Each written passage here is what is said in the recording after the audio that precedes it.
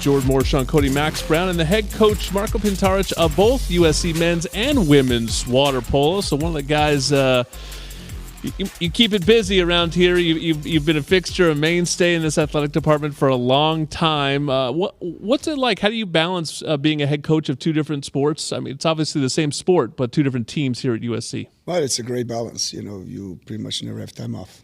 Yeah, super balance. It's a great balance. That explains the coach's voice. You come in. You know, the first thing I heard you, I was like, "That's a coach's voice." There, you were yelling at somebody tonight. No, not at all. That's not our style, right?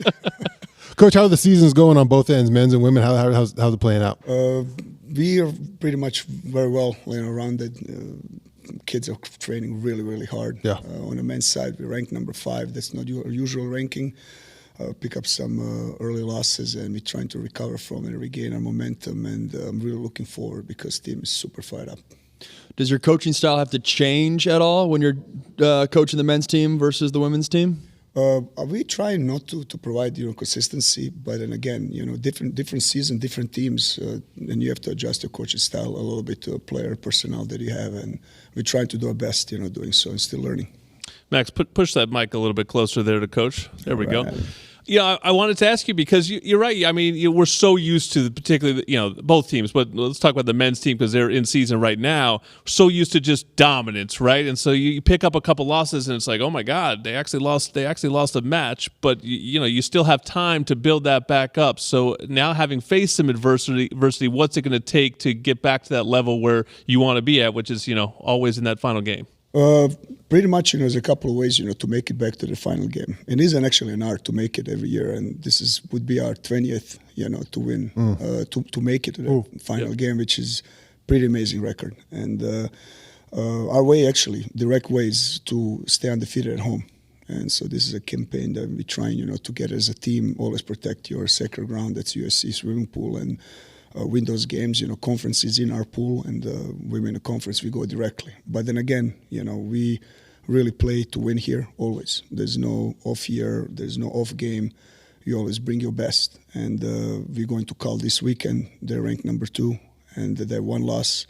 And we are really going there with a vengeance. We are trying to always go do our best and, win it over there and, regain our momentum and keep doing it. We have 7 more seasons, 7 more games till the end of the season. Coach, who are some of the players on your team that you're most proud of this year that have been battling or gotten better, or who USC fans should be proud to be out there representing? And I just want to bring this up. I'm really proud of the whole team. Okay. It's really a pleasure to coach this group. Really, guys are working hard, and I heard earlier, this brotherhood. We took the team to Europe this year. We did a European tour, and team bonding. That was a great team bonding, great culture experience for the boys. And that carried on through our season. There are guys that are stepping up big time. We have this new incoming player from Italy, Massimo Di Martire, who is leading. I think I just saw the stat. He's leading the league in terms of goals, assists, points total. But then again, we have your veterans, and this is why I hate bringing up individuals, especially in our team, because everybody's contributing. Our seniors, our captains are doing a great job. Just say them all, Coach. Yeah. Just bring them all their names. You can go down the roster and tell everybody. Yeah. Mike's yours. Sean wants to be on that Italy recruiting trip to go get Massimo. How do we get on that? How do we get on that recruiting trip? That was a good reference and a good actually scouting, watching international games, and what he brought to this team is being competitive immediately. But then again, we are blessed. Look, we have a Jake Earhart, who played until late with the senior national team, Olympic team, and he did a great this summer, so he joined the team a little later. Ash Moulton, who is in his 5th year as a lefty, coming out of an injury and performing the way he's performing. He's not at his best yet, but everybody's improving. That's the most important thing. And we have a whole legion behind them, so...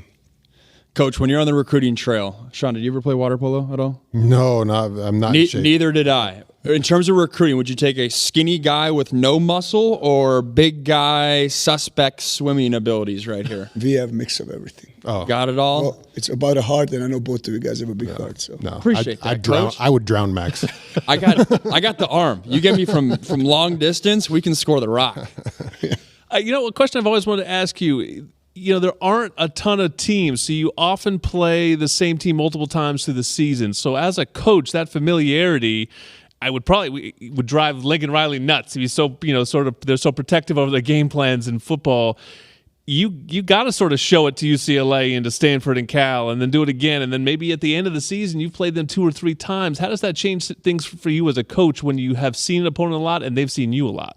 But you strategize. There's a lot of things, that you tried at the beginning of the season. You already have a game plan how you're going to finish the season, and we're going in that direction.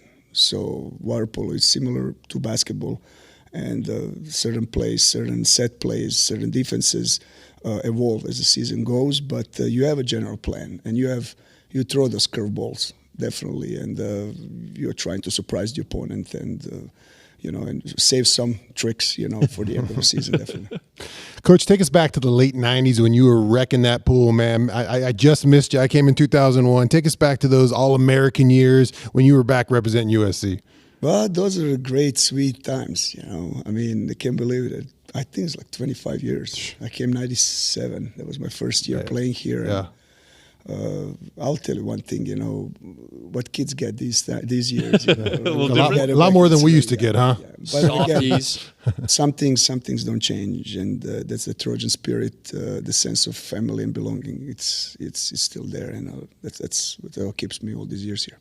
I know our football coach, prides himself on being a schematics coach, right? Drawing up the unique plays and whatnot. Is that your thought process at all? I see some pics with the whiteboard and whatnot, or is it maybe not as much your lane? But we do so. We do so believe in that system of set plays and try to surprise the opponent, and we're trying to get away from that and give freedom to our players, to really play and execute. But when you know how to put the right people in the right place, to really put the defense on the ropes, that's really the best, to motivate the team. And we are trying hard to find these solutions, to give it to the team. So we still do it. Yep. So.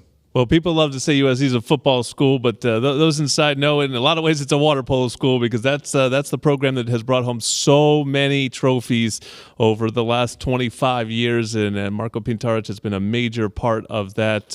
Head on out to the pool. You guys have you're headed to Cal, as you mentioned, but you have a big home game coming up against Stanford on October 30 at noon. So that's the big home game that you can all get to. Utengzu, if you've ever been, a water polo atmosphere is insane, especially when they get into those rivalry games at the end. So come on out. October 30th too. That's probably costumes. Yep. Yeah, right? Experience that little Halloween showdown against the Farm.